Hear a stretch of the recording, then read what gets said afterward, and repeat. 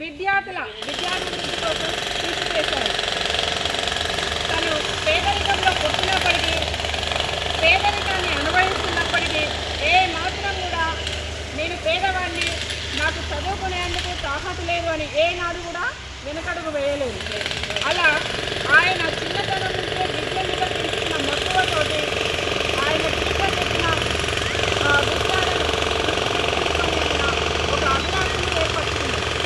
ఎప్పుడైతే తను ఒక పక్షి, తన టీచర్ చూపించిన పక్షి ఎలా ఎదుగుతుంది అని సముద్రం ఒడ్డుకు తీసుకెళ్ళి ప్రత్యక్షంగా చూపించడంతో ఆ రోజు తను కూడా ఒక పక్షిలాగా నేను గగనతలంలో ఎగరాలన్న తపన పెట్టుకున్నాను. ఒక తపస్సులాగా శ్రమించి తను శాస్త్ర సాంకేతికంగా విద్యని అందిపుచ్చుకొని మిసైల్స్ మన ఇస్రో ఇండియన్ శాటిలైట్ సంస్థలో చేరి అగ్ని క్షిపణి, పృథ్వీ క్షిపణిని కనుగొని ప్రపంచంలోని దేశాలలోనే మన భారతదేశాన్ని ఒక అగ్రగామి దేశంగా నిలిపిన ఒక గొప్ప శాస్త్రజ్ఞుడు ఏపీజే అబ్దుల్ కలాం గారు. ఆయన తను ఏం చెప్పాడంటే, నాకు 3 అమ్మలంటే ఇష్టమని చెప్పాడు. 3 అమ్మలు ఎవరు అంటే, మొదటిది తనను కని పెంచి అంతవాన్ని చేసిన తన మాతృమూర్తి. రెండవ వారు ఎవరు అంటే ఎన్ఎస్ సుబ్బలక్ష్మి.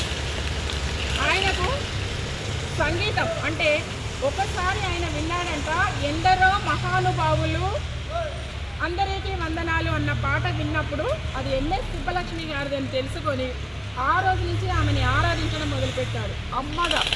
తర్వాత 3వ అమ్మ ఎవరు అంటే మదర్ తెరిసా. మదర్ తెరిసా తన జీవిత పర్యంతం రోగులకి, కుష్ఠ రోగులకి కుల, మత, వర్ణ, లింగ ఎలాంటి వివక్షత లేకుండా అందరినీ కూడా తన కన్నబిడ్డల వల్ల సాటి వాళ్ళకు రోగాల నుంచి విముక్తి కల్పించిన తల్లి మదర్ తెరిసా. అలా 3 అమ్మలని తన జీవితంలో ఆయన ఒక ప్రత్యేకమైన స్థానాన్ని ఇచ్చి వారిని ఆరాధించాడు. అదేవిధంగా ఆయన దగ్గర అందరూ తల్లిదండ్రులు మా పిల్లల కోసం ఇవి సంపాదిస్తున్నాం, అవి సంపాదిస్తున్నామని ఎన్నో సంపాదించి పెడతారు. కానీ ఏపీజే అబ్దుల్ కలాం గారు ఆయన దగ్గర ఉన్న ఆస్తి ఏంటి అంటే పుస్తకాలు, చాలా పుస్తకాలు, వాటితో పాటు దుస్తులు, ఇంకొకటి వీణ. అంటే ఆయన వీటికి ఫస్ట్ ప్రాధాన్యతనిచ్చాడు. పుస్తకాలకు ఫస్ట్ ప్రాధాన్యత ఎందుకు ఇచ్చాడు? జ్ఞానం. ఆ జ్ఞానంతో నేను ఇంతటి వాణ్ణి అయ్యాను, శాస్త్రజ్ఞుని అయ్యాను. నేను రాజకీయ రంగంలో ఏమాత్రం అనుభవం లేకపోయినప్పటికీ ఆయన రాష్ట్రపతిగా ఎలక్ట్ అవ్వడం జరిగింది.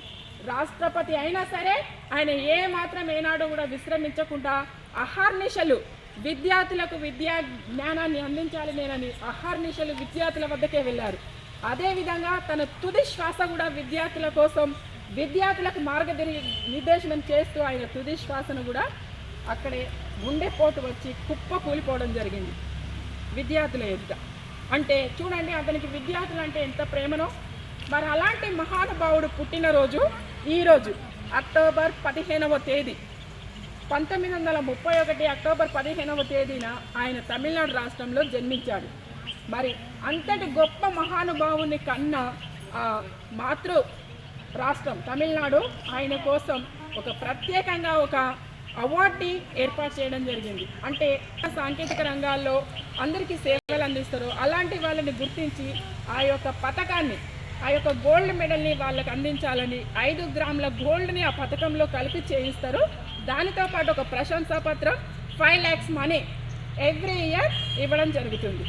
అలా అంతేకాకుండా స్మారక చిహ్నాలు కూడా ఏర్పాటు చేశారు. మరి వారి పేరున తపాలా బిల్లలు కూడా భారత ప్రభుత్వం ప్రవేశపెట్టడం జరిగింది.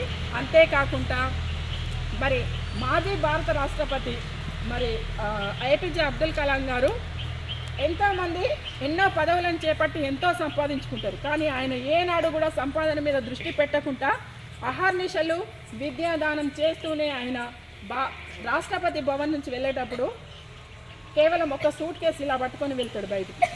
ఒకే సూట్ కేసు పట్టుకొని ఎలా అయితే రాష్ట్రపతి భవనంలోకి అడుగుపెట్టాడో అదే సూట్ కేసును పట్టుకొని వెళ్తాడు. నేను దీంతోనే వచ్చాను, దీంతోనే వెళ్తున్నాను, నేనేమి నా కోసం అంటూ సంపాదించుకోవాలని చెప్తాడు.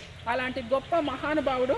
అలాంటి మహానుభావులు మన భారతదేశంలో ఎంతోమంది పుట్టారు, ఎంతోమంది మన కోసం అహర్నిశలు శ్రమించారు. కాబట్టి అలాంటి మహనీయులని మనం ఎప్పుడూ స్మరించుకోవాలి. ఎలా? అందుకే వారి యొక్క జయంతి నాడు, వర్ధంతి నాడు ఖచ్చితంగా మనం వాళ్ళని స్మరించుకోవాలి. మరి వాళ్ళందరూ మనకు చెప్పేది ఒకటే, జ్ఞానం ప్రధానం, జ్ఞానంతో విజ్ఞానం వస్తుంది. అది ఎప్పుడు సాధ్యమవుతుంది? విద్యార్థి దశలోనే. కాబట్టి విద్యార్థులంతా కూడా జాగరూకులై ఉండాలి. ఖచ్చితంగా మీ యొక్క జ్ఞానాన్ని పెంపొందించుకోవాలి. ఎలా పెంపొందించుకోవాలి? పఠనం మీద మీరు ఆసక్తి కనుక పెంచుకున్నట్లయితే మీ యొక్క అభిలాష నెరవేరుతుంది. మీరు కళలు కనండి అంటే నిద్రపోయి కళలు కనడం కాదు.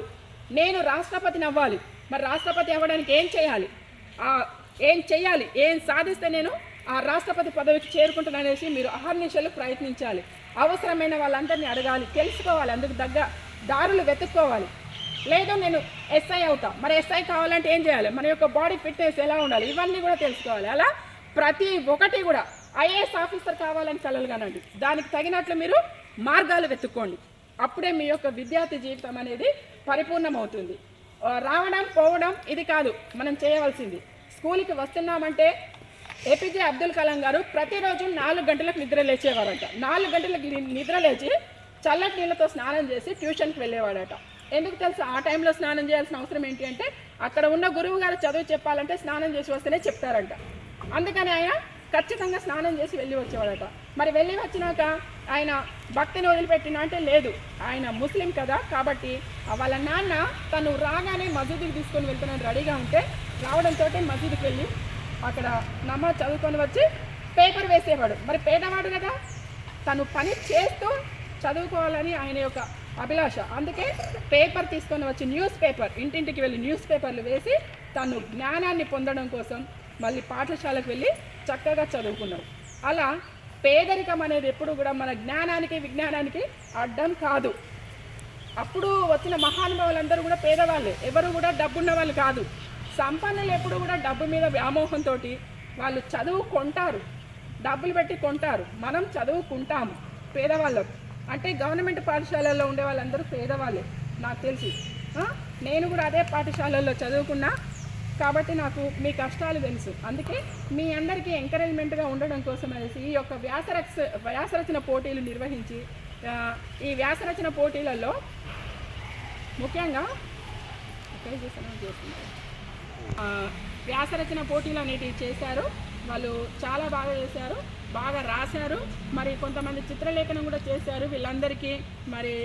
వీళ్ళందరికీ ప్రోత్సాహకంగా ఉండడం కోసం అని చెప్పేసి సమత గ్రంథాలయానికి బంతేజీ గారు, ఆయన భరత్ బంతేజీ గారు ఆదిలాబాద్ నుంచి 1000 రూపీస్ పంపించడం జరిగింది. పిల్లలకు జ్ఞానాన్ని ఇవ్వండి, అందుకు తగ్గ ప్రోత్సాహకం మేము ఇస్తామని 1000 రూపాయలు పంపించారు. 500 rupees first prize, 300 rupees second prize, 200 rupees third prize. ఇందులో మొదటి ప్రైజ్ ఎవరికి వచ్చిందంటే పవన్ 7th క్లాస్ నుంచి. సెకండ్ ప్రైజ్ ఎవరికి అంటే ఆకాష్ 8th క్లాస్ నుంచి second prize. Third prize Sangavi from 7th class. వీళ్ళకి కేటాయించిన సమయంలో వీళ్ళ స్థాయికి తగినట్టుగా వాళ్ళు రాసి అబ్దుల్ కలాం మీద ఉన్న ఆసక్తిని వాళ్ళు కనబరిచారు. అదేవిధంగా అతి తక్కువ సమయం అయినప్పటికీ కూడా ఒక గొప్ప మహానుభావుడు ఏపీజే అబ్దుల్ కలాం గారి చిత్రం చక్కగా గీసి రంగులతోటి వేసింది Litika, class 6th class, rule number 5. చాలా బాగా వేసింది అమ్మాయి. మిగతా వాళ్ళు కూడా వేశారు, కాకపోతే ఈమెంత పర్ఫెక్ట్గా రాలేదు. ఇంకా కొంచెం మంచిగా ట్రై చేయండి, మీకు కూడా బాగా వస్తుంది. తనకు కూడా స్పెషల్ ప్రైజ్ ఇవ్వడం జరుగుతుంది, లితికాకు కూడా. మన పాఠశాల ప్రధాన ఉపాధ్యాయురాలు గారు వ్యాసరచన పోటీ విజేతలకు ఫస్ట్ ప్రైజ్ పవన్కి 500 రూపాయలు క్యాష్ ప్రైజ్ అందించవలసిందిగా మేడం గారిని కోరుతున్నాను. పవన్